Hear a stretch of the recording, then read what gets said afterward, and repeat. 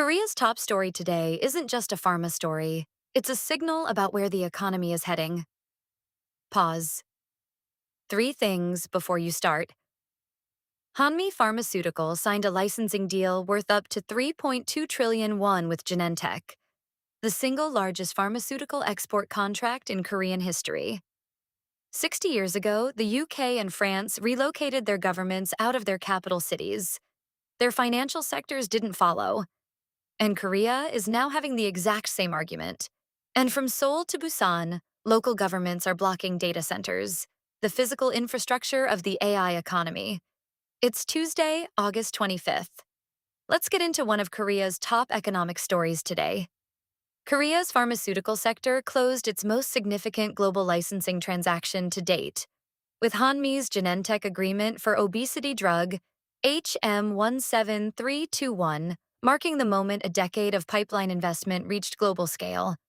At the same time, a renewed policy debate over financial sector dispersal is drawing explicitly on European precedent. 60 years of evidence that financial centers do not follow governments when they move out of capital cities. And a growing wave of local ordinances targeting data center construction is creating regulatory fragmentation at the moment AI infrastructure demand in Korea is at its highest. Here's what the numbers show.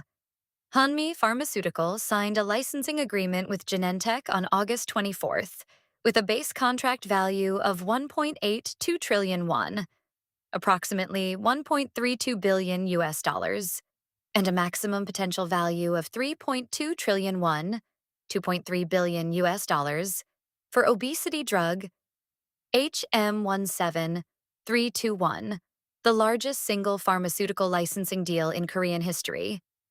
Matter of fact, the United Kingdom began relocating government agencies out of London in 1963.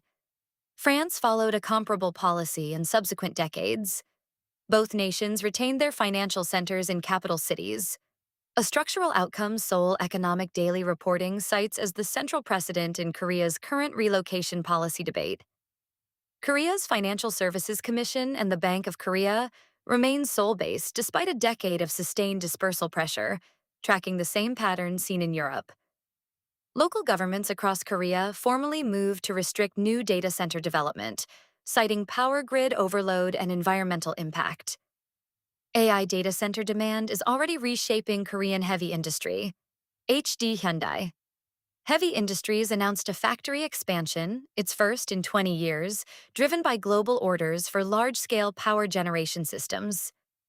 So what does this mean for global readers following Korea's economy today? Earlier, we said Hanmi just closed Korea's largest pharmaceutical export deal. Here's what that actually means for you. Korea's biotech pipeline has reached the tier where global pharma underwrites billion-dollar bets. This is not an anomaly. It is a structural shift in how Korean pharmaceutical assets are being valued globally. The financial relocation debate and local data center bans are two expressions of the same structural pressure. Korea's high-value economic activity is concentrating around Seoul, and top-down dispersal policy keeps losing to market gravity. Short pause. The next 12 months will reveal whether Korean regulators can manage that concentration without creating systemic fragility. Watch the Hanmi Genentech HM17321 Phase 3 trial readout, the milestone that will validate or stress test the $2.3 billion maximum valuation.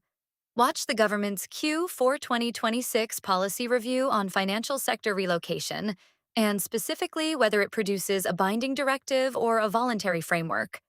And watch whether the National Assembly advances Unified National Data Center, permitting legislation before year-end. That's today's AI Prism, Front Page Daily. This episode was produced with AI assistance based on Seoul Economic Daily Reporting and reviewed by a human editor. AI Prism is a Juan Ifra award-winning series. We'll be back tomorrow.